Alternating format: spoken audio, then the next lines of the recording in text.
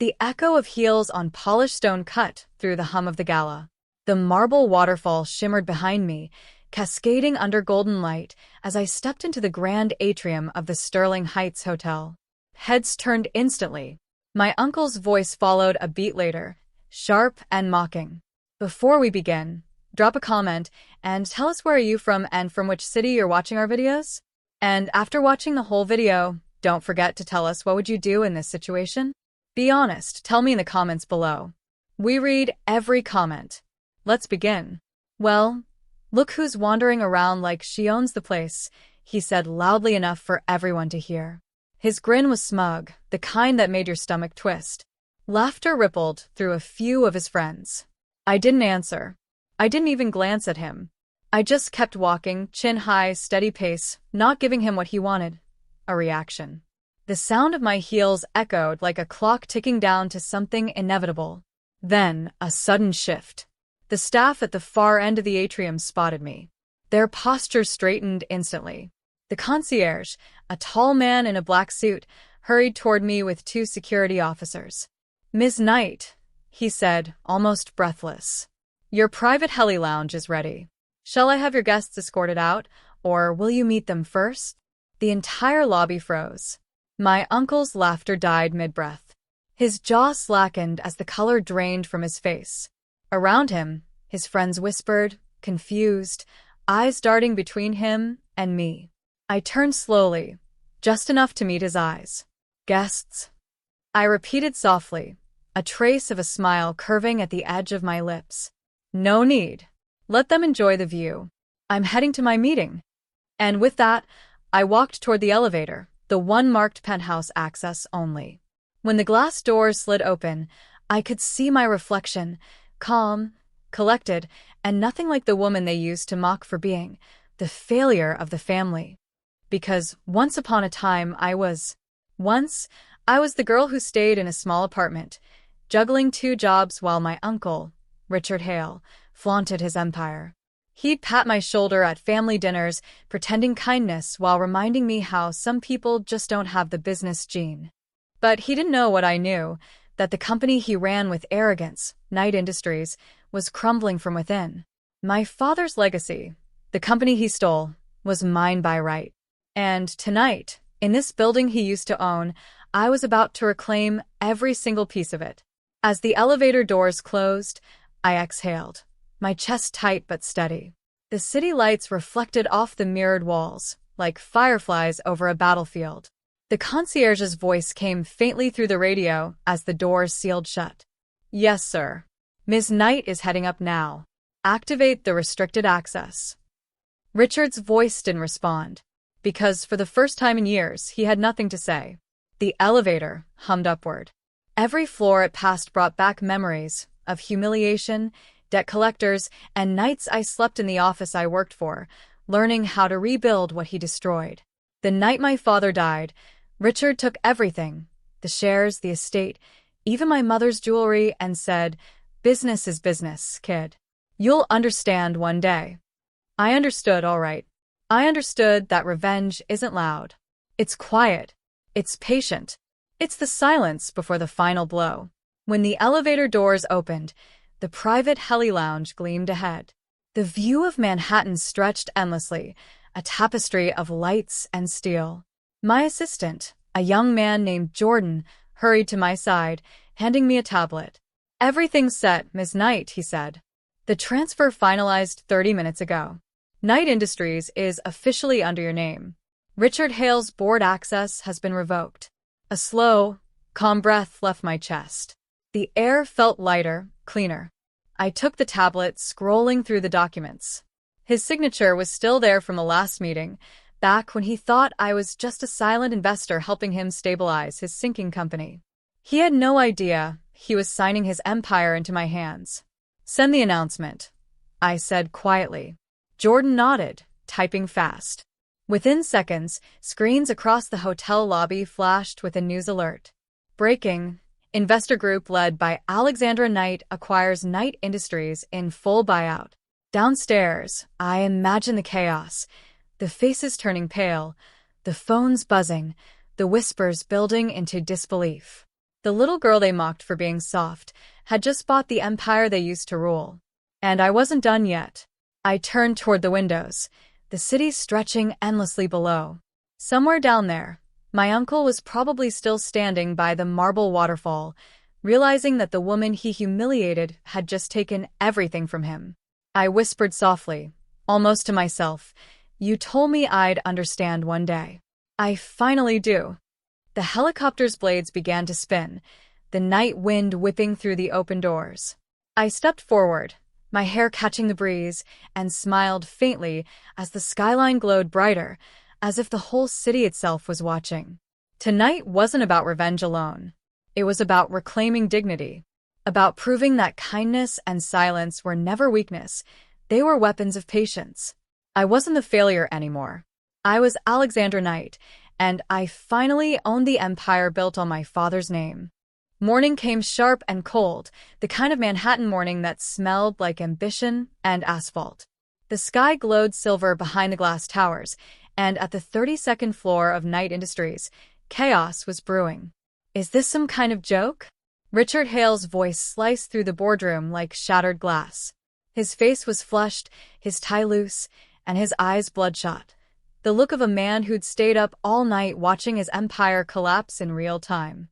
"This document says you're the majority shareholder, Alex," he snapped, waving a folder toward me as if it could reverse what was already done. "How the hell did you?"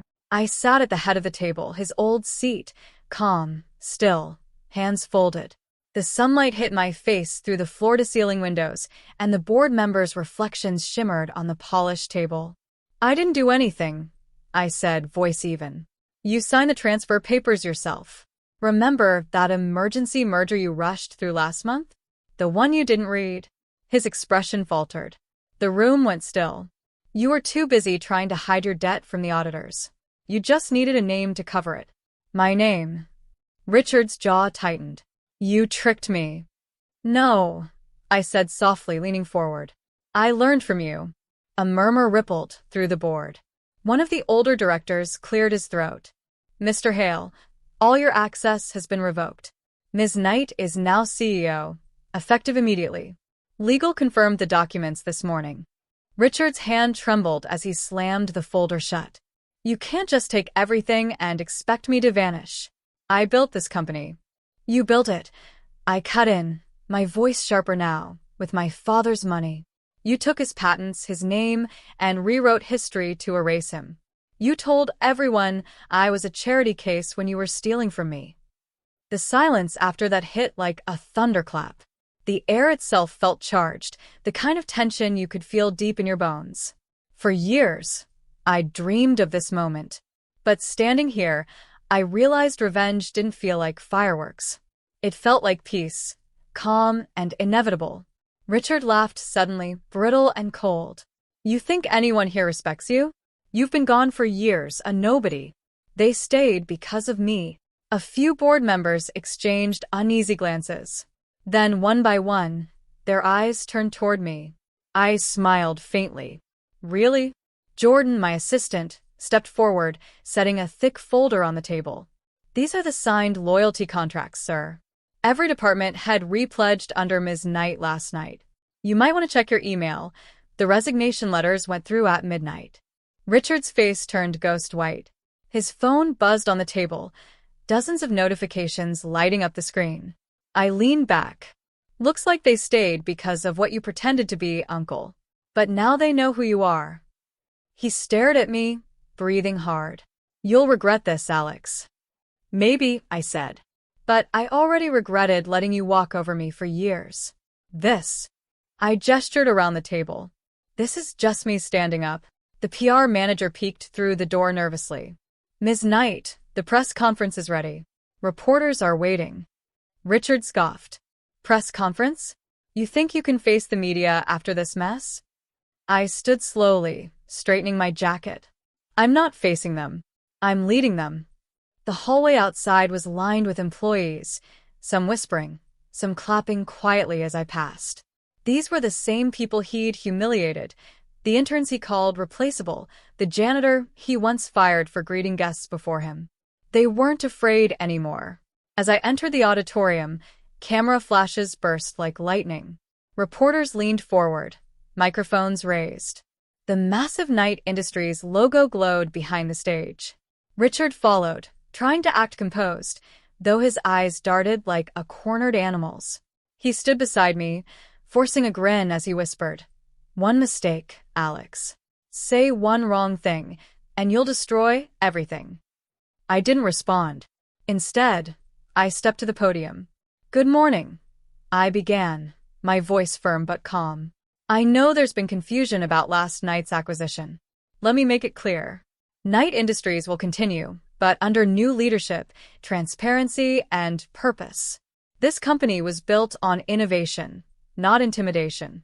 That ends today." The crowd murmured, pens moving, cameras flashing.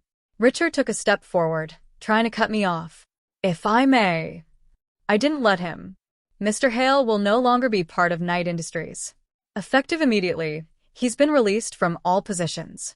The decision was unanimous. The room erupted. Gasps, camera clicks, whispers like a breaking storm. He turned toward me, face red with fury. "You little." "Careful," I murmured, just loud enough for him to hear. "There are cameras, Uncle. Wouldn't want the world to see who you really are."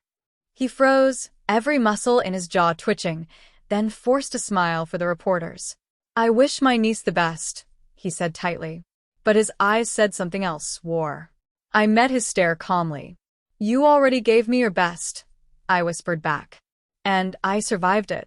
Applause filled the hall, hesitant at first, then rising. Employees stood, clapping louder.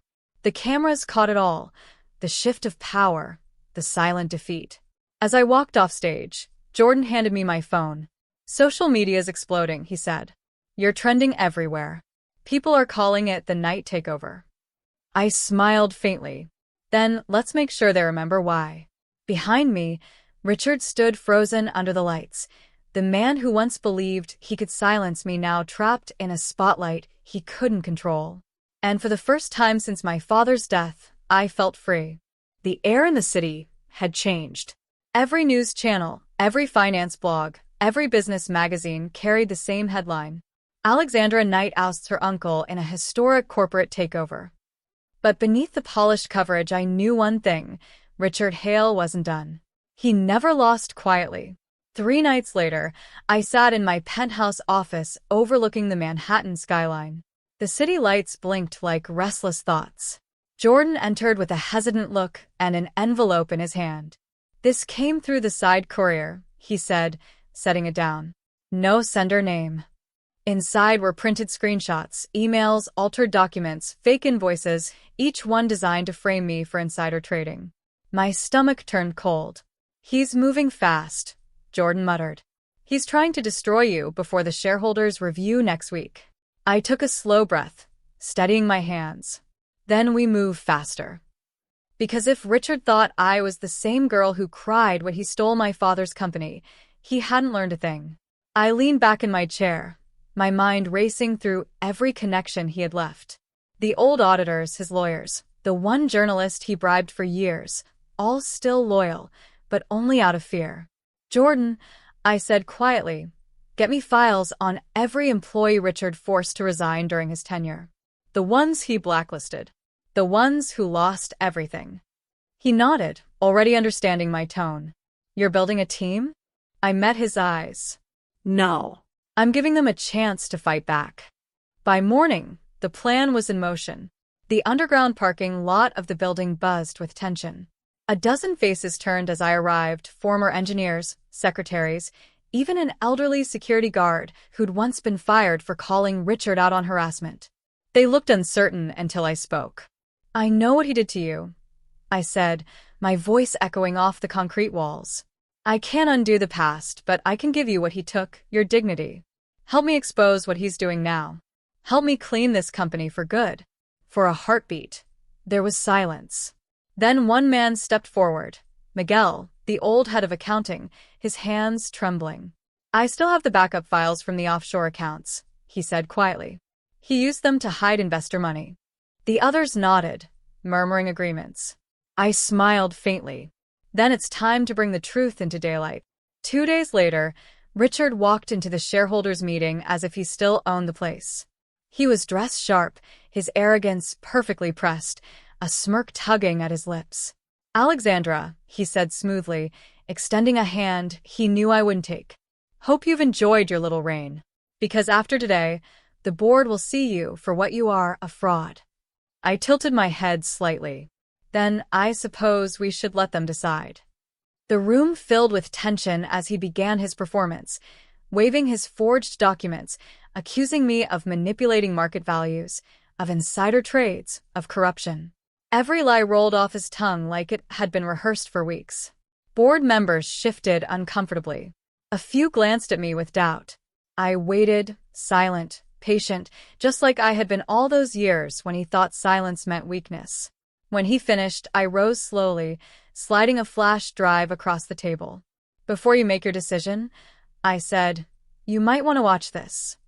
Jordan dimmed the lights and hit play. The projector flickered to life, showing timestamps, emails, and footage from the old accounting servers Richard thought were destroyed. Offshore transfers. Illicit contracts. A video clip of him shouting at an employee to erase those numbers before the audit. Every secret he buried was now up on the wall. Undeniable. Richard froze. "Where did you get that?" "From the people you silenced," I said quietly. "The ones you thought no one would listen to." A wave of whispers swept across the room. The chairman leaned forward, voice grim. "Mr. Hale, this is criminal. We'll need to notify authorities immediately." Richard's face turned red, then pale. "This is a setup. She's lying." "No," I said softly, standing now, eyes locked on his. "You're just seeing what truth looks like when it finally fights back." Security entered moments later. As they escorted him out, his voice cracked, no longer polished, no longer powerful. "You'll regret this, Alex. You think you've won, but they'll come for you too." I watched him go, not with anger, but with a strange, quiet sadness. Because there was no victory in watching family fall. There was only release. When the door shut behind him, the room went silent except for the faint hum of the projector. The chairman turned to me. "Ms. Knight, we'll need new leadership protocols. What are your next steps?" I exhaled, letting the weight lift. Transparency, accountability, and compassion. This company won't just be profitable. It'll be human again. The board nodded slowly. Applause began softly, genuine this time. Jordan leaned toward me and whispered, "He's done. It's over." But I shook my head. "No. It's just beginning." Because revenge wasn't my endgame anymore. Rebuilding was. That night, I stood again by the marble waterfall in the Sterling Heights atrium, the same place my uncle mocked me days ago. The same place everything began. The staff smiled now as I passed, greeting me with respect, not fear. I stopped by the glass railing, watching the water cascade under the golden lights. For years, I thought I wanted Richard's downfall. But now, looking out at the reflection of the city, I realized what I truly wanted: peace. I whispered quietly to the rushing water, "You told me once I'd understand business one day. You were right. I finally do." Behind me, a young intern hurried up. "Ms. Knight? The helicopter's ready for your next meeting." I turned with a calm smile. "Let's go." As I walked toward the elevator, the same penthouse access-only door, I caught my reflection again. Not broken, not afraid, just free. And this time, there was no one left to stop me. The helicopter blade slowed as it landed atop the Knight Industries tower. The skyline stretched beneath me. The same city that once looked impossible to reach now glittered like it belonged to me. But even in victory, something felt unfinished. Jordan greeted me with a file in his hand, wind tousling his hair. "Ms. Knight," he said over the noise, "someone dropped this off for you. Said it was from your father's old attorney. It's dated 14 years ago." My pulse quickened. "Bring it to my office." Minutes later, the envelope sat before me. Aged, edges yellowed, my father's handwriting still steady and familiar. To my daughter, Alexandra. For a moment, I couldn't move. The city lights flickered through the glass walls, casting faint gold across the letter. I broke the seal with trembling fingers. His words flowed across the page like a voice from another lifetime. If you're reading this, Alex, it means the company's future is uncertain. I always believed in you, even when I couldn't protect what I built. Don't waste your years chasing revenge. Rebuild it with heart. Promise me, you'll never let this place make you cold. My throat tightened. The silence in the room felt heavier than anything I'd ever carried. For years, I thought reclaiming the company was about winning, about proving I could destroy what destroyed us. But as I read his words, I realized it was never about revenge. It was about restoring what he meant this company to be. A soft knock broke the silence. Jordan stepped in gently. "There's someone here to see you," he said. "Says he used to work with your father." An older man entered, gray hair, kind eyes, a faded badge on his lapel. "You look just like him," he said quietly. "Your father, he believed in fairness, even when people like Richard didn't." I motioned for him to sit. "You were with him till the end?" He nodded. "He made me promise something, to give you this, when the company finally came back to you." He slid a small silver key across the table. "It opens the old vault at the original headquarters." He called it the Knight's Promise. Said it was for the day his daughter turned this company honest again. I stared at the key, small, unassuming, but suddenly heavier than gold. Later that evening, I drove to the old building downtown. The place was dusty, silent, a forgotten memory of Knight Industries before my uncle turned it into his empire. Inside the vault, beneath layers of dust, was a simple wooden box. I opened it slowly. Inside was a photo, my father holding my hand as a child in front of the very same building, and a plaque that read, "Knight Industries, built for people, not power." A quiet tear slipped down my cheek. For the first time in years, the ache inside me softened. I whispered to the photo, "I kept my promise, Dad. It's home again." The city lights reflected in the vault glass, brighter than ever. And for once, I didn't see my revenge. I saw redemption. When I stepped outside, the wind swept through the streets, carrying the faint hum of traffic and life. The world kept moving, and so would I. As I reached my car, Jordan called with breaking news. "Richard's been arrested. Fraud, embezzlement, everything came out after the meeting." I exhaled slowly, watching the skyline shimmer above the Hudson. "Then it's finally over." "Actually," he said with a soft laugh, "it's just beginning." I smiled faintly. "You're right." Because this wasn't a story of destruction anymore, it was rebirth. As I drove away, the marble waterfall glowed in the distance, the same place my uncle once mocked me. Only this time, it didn't feel like a battlefield. It felt like peace. I whispered to myself, my father built a company. I rebuilt its soul. And for the first time since everything began, I truly felt free.